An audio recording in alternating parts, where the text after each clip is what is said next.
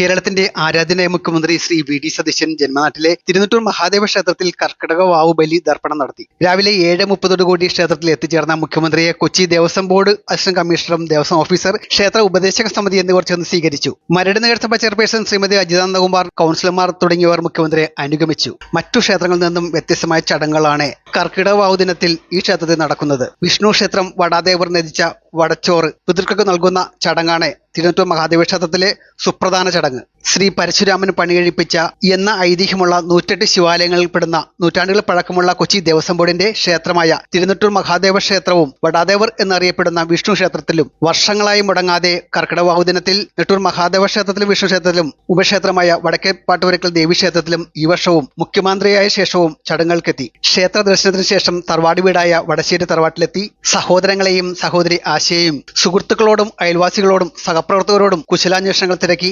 സൗഹൃദപരമായ അന്തരീക്ഷം സൃഷ്ടിച്ച് 3 മണിക്കൂറോളം ചിലവഴിച്ച ശേഷം നെട്ടൂർ നിവാസിയായ കേരളത്തിന്റെ മുഖ്യമന്ത്രി ശ്രീ വി.ഡി. സതീശൻ ജന്മനാട്ടിൽ നിന്നും മടങ്ങി. പൂർണ്ണമദ പൂർണ്ണമിദം പൂർണ്ണാത് പൂർണ്ണമുദച്യത്തെ പൂർണ്ണസ്യ പൂർണ്ണമാദായ പൂർണ്ണമേവാവശിഷ്യത്തെ.